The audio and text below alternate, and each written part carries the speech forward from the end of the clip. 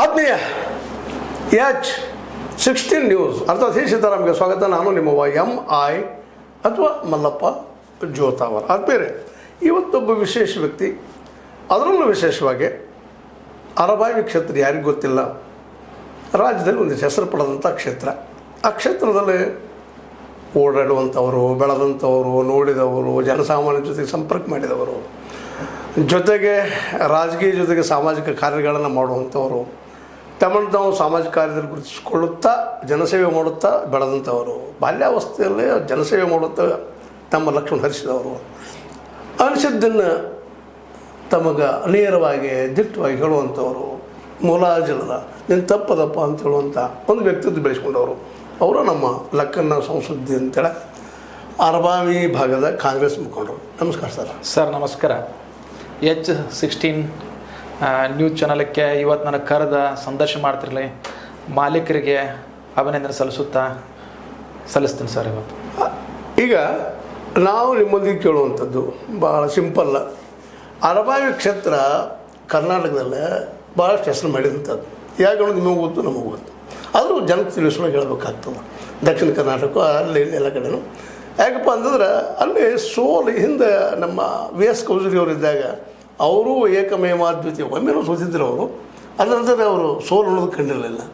ನಂತರದಲ್ಲಿ ಈಗ ಬಂದಂಥ ಬಾಲಚಂದ್ರ ಜಾರಕಿಹೊಳಿ ಅವರು ನಿರಂತರವಾಗಿ ಅಲ್ಲೇ JDSನಿಂದ BJPಯಿಂದ ಗೆಲ್ತಾ ಬಂದಿದ್ದಾರೆ. ಅಂಥ ಒಂದು ಕ್ಷೇತ್ರದಲ್ಲಿ ಇಡೀ ಅರಬಾವಿ ಕ್ಷೇತ್ರ ಇವತ್ತು ಭಾಳಷ್ಟು ಜನ ಏನು ತಿಳ್ಕೊಂಡಿದ್ದಾರೆ, ಭಾಳ ಡೆವಲಪ್ ಆಗ್ಯದ, ಭಾಳ ಏನು ಸಮಸ್ಯೆ ಇಲ್ಲ, ಒಳ್ಳೆಯ ಆಡಳಿತದ ಅನ್ನುವಂಗೆ ಜನರಲ್ಲಿ ಒಂದಿಷ್ಟು ಭಾವನೆಗಳಿದ್ದಾವೆ. ನಿಜವಾಗಿಯೂ ಅರಬಾವಿ ಕ್ಷೇತ್ರದಲ್ಲಿ ಯಾವ ಸಮಸ್ಯೆಗಳು ಇಲ್ಲರಿ. ನೀವು ಅಲ್ಲಿ ಓಡಾಡಿದಂಥ, ನೀವು ನೋಡಿದಂಗೆ ಇವತ್ತು ನೀವು ಕಾಂಗ್ರೆಸ್ಸಿನಲ್ಲಿ ನಿಮ್ಮನ್ನು ನೀವು ಗುರುತಿಸ್ಕೊಂಡಿದ್ದೀರಿ.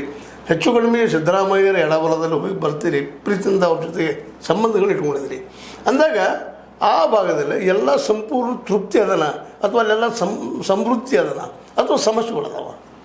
ನಿಮಗೇನು ಅನಿಸ್ತದೆ ಅಲ್ಲೇ ಬೆಳೆದವ್ರು ನೀವು? ನೋಡಿ, ಅರಬಾವಿ ಕ್ಷೇತ್ರದಲ್ಲಿ ಸಾಕಷ್ಟು ಸಮಸ್ಯೆಗಳಿದಾವ್ರಿ. ಸಮಸ್ಯೆಗಳನ್ನ ಬಗೆಹರಿಸ್ಬೇಕಾದ ಕರ್ತವ್ಯ ಶಾಸಕರದ. ಸುಮಾರು 20 ವರ್ಷದಿಂದ ಅವರು ಶಾಸಕರಾಗಿದ್ದಾರೆ. ಹೆಚ್ಚಿನ ಗಮನ ಹರಿಸಿ ಇನ್ನೂ ಸಾಕಷ್ಟು ಅಭಿವೃದ್ಧಿ ಆಗಬೇಕಂತೇಳಿ ಅಲ್ಲಿ ಜನರ ಒತ್ತಾಯ ಐತಿ. ಆ ಒತ್ತಾಯಕ್ಕೆ ಧ್ವನಿಗೂಡಿಸಿ ನಾವು ಸಹ ಸಾಕಷ್ಟು ಹೋರಾಟಗಳನ್ನ ಮಾಡಿದ್ದೀವಿ, ನಿರಂತರವಾಗಿಯೂ ಮಾಡ್ತಾಯಿದ್ದೀವಿ, ಮುಂದೂ ಮಾಡ್ತಾಯಿದ್ದೀವಿ ಸರ್.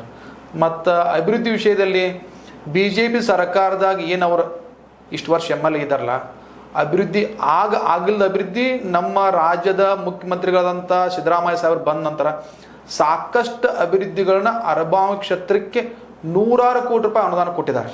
ಅಂದರೆ ನೀವು ಹೇಳೋದು ಏನಪ್ಪ ಅಂದ್ರೆ BJP ಸರ್ಕಾರದಾಗಿದ್ದಾಗ BJPಗರಿದ್ದು ಅವರು ಸಾಕಷ್ಟಲ್ಲಿ ಅನುದಾನ ತರಲಿಲ್ಲ. ನಿಮ್ಮ ಸಿದ್ದರಾಮಯ್ಯ ಬಂದ ಮೇಲೆ ಸಾಕಷ್ಟು ಅನುದಾನ ತಂದರೆ ನೀವು ವಾದ ಮಾಡ್ತೀರಿ. ಹೌದು, ಅದೇನು ಸತ್ಯ ಐತ್ರಿ, ಏನು ಸುಳ್ಳೇನು ವಾದ ಇಲ್ಲ. ನೋಡ್ರಿ, ಇವಾಗ 35 ಕೋಟಿ ರೂಪಾಯಿ ನಾವು ಲೋಳ್ಸೂರು ಬ್ರಿಡ್ಜ್ ಕೊಟ್ಟಿದ್ದೀವಿ. ನಮ್ಮ ಜಿಲ್ಲಾ ಮಂತ್ರಿಗಳು, ಮುಖ್ಯಮಂತ್ರಿ ಅವರ ವಿಶೇಷ ಕಾಳಜಿ ವಹಿಸಿ 35 ಕೋಟಿ